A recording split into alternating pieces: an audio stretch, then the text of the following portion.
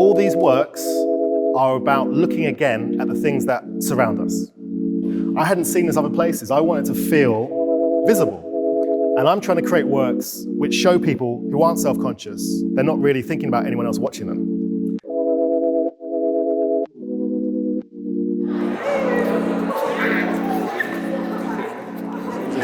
Lotus is going to start us off. She's got a question.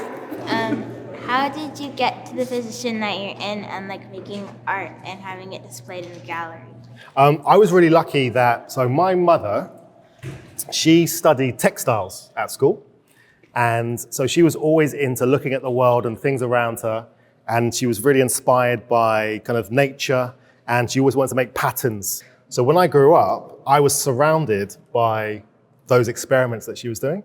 I was surrounded by her encouragement to look at the world, to look at shells. I just took some shells out of my pocket this morning that I collected for her and my niece to take back to London. So I've always looked at the things around me and wondered, how does someone else see that? And so really, it wasn't about trying to be an artist. It wasn't about trying to be in the art world. It was just following along with what I was interested in. Okay. All right, so if we go to the back, we're going to see the first sculpture I ever showed publicly. And it's the smallest one. It's the smallest one, but it takes up some of the most space. So if you see how big the wall is for it, you've got this small object on a big wall. And so things that are important, they often get a lot of space, which is making me feel like I might be quite important because you give me a lot of space just right now. I don't know why. You can come closer. All of these people here, they're all fictional. They're all made up. So they're not portraits of people. I haven't taken one person and gone, you are now important enough to be turned into a sculpture. I've taken bits of different people and I've put them together. So I've presented a fictional person to create a real feeling. And with this piece is actually called Mixed Feelings About Bus Drivers, which sounds a bit strange, but bear with me. So the idea is that in London, the buses have cabs where only the driver's head can be seen. And so I like the idea that this kind of modern picture of the transport that I would take every day looked a bit like a Roman sculpture, the bust, the head and the shoulders. And the idea that I wanted to kind of put a bus driver into this position of high status. I wanted to make that position seem quite important. But I also wanted to see what people thought about it. Who is this person?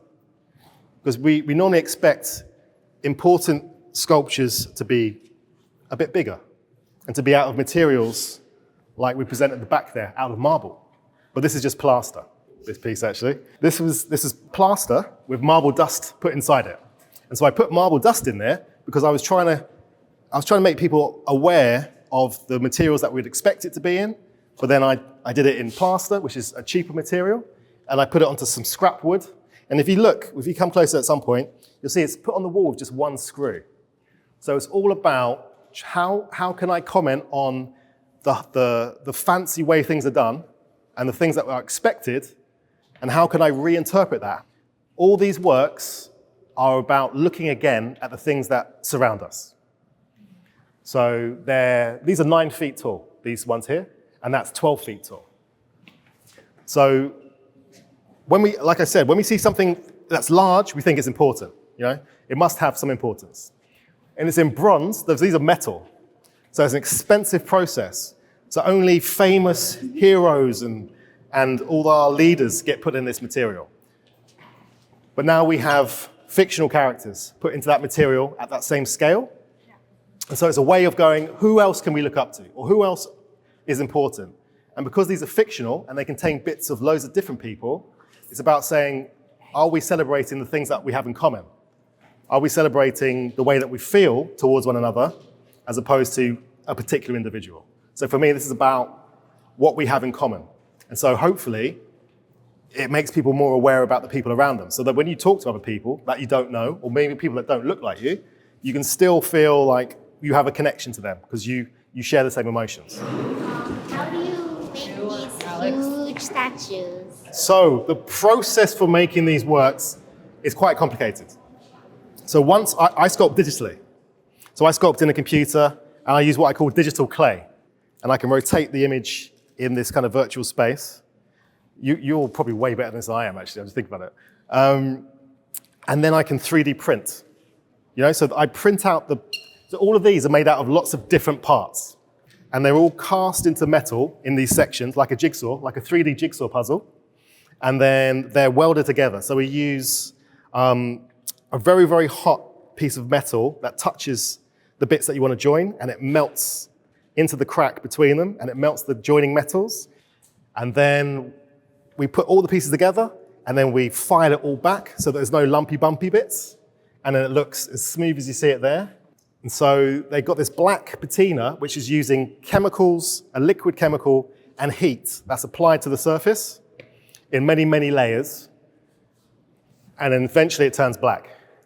But it takes a long time. So this whole process can take 6 months to make one. You said all your statues look very African American, and as an African American, I like it. It's very inspirational. But is there a specific reason why? You feel like you might see yourself. I hadn't seen this other places. I wanted to feel visible. I was asked that question at the beginning. I was asked, why do you only sculpt black people? And my answer was, I'm sculpting people. So for me, these are people. And they're not a label. And that's the whole point. The point is, what's inside here? Because it connects to all of us. We all think and we all feel, we love, we fear, we get angry sometimes. All these emotions that we all share are connected. But that is a really important question that you've asked, because there is more to it than that. And the reality is that we're not all judged the same. We don't all have the same experiences. So these works, in part, challenge those experiences and present an opportunity to be visible, for you to be able to see yourself in these works. That's really important to me. For me to see myself in these works, for my family to see themselves, but for also other people who might not look like these, to feel the connection, to feel the humanity, and to realize there's not that much difference. If you were not an artist, but you had another job, what would you rather have that job be? I wanted to be a physiotherapist when I was younger. I love how the body works, and I loved kind of looking at the anatomy of it, the structure of it. And that's probably what drew me towards making figures in the end. So maybe a physiotherapist, because you get to work with people, getting them mobile again. And you get to stay active, and you get to kind of see that journey of someone go from maybe a painful place to a place where they feel good about themselves. For the sculpture there, how did you come up with the idea of making a casting of your ear? So all these works, all these figures, the hands, they're looking from the outside in. They're looking at, what does it mean? If someone looks like this, then what do you think about them? What happens if you change where the eyes are? What happens if you change where someone's ears are? What happens if you change the hairstyle? What do we think about these people? So they're like experiments. Well, upstairs, Sonic Work is an experiment in looking at what happens if we take that away. What happens if we don't know what someone looks like from the outside? Do we still feel a connection to a human being? Do we still find an opportunity in that object, in that sculpture, to see ourselves or to see others, or to see an opportunity to recognize someone else? And so really, I think being an artist is often like playing a game where you challenge yourself. So how do I choose the poses?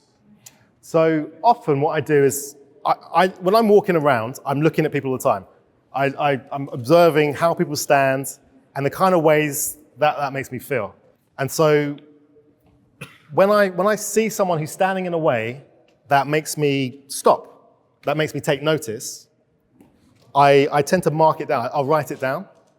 But with these ones particularly, I actually had people come from the open call. So I had models come, and I would walk with them. I'd say, okay, so we're going to stand on that spot. We're going to walk to this spot, and then we're going to stand.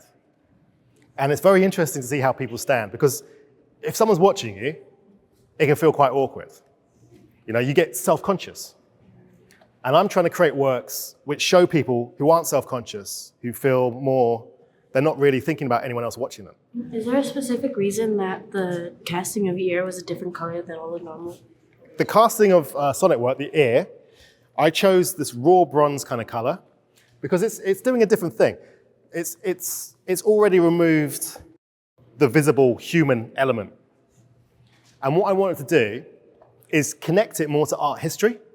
So there are some very famous sculptures throughout history which have been considered very important. And they're put in museums, they're put in great galleries, and we are taught to recognize them. We are taught to value them. I wanted to play with the idea of connecting it to that prestige. And so I used a material that kept on coming up in the images I was looking at in museums and in catalogs. So it looks like a raw bronze sculpture, because it is, but it looks like that because I want people to kind of almost mistake it or think of it in the same way as the objects that we've been told to look up to.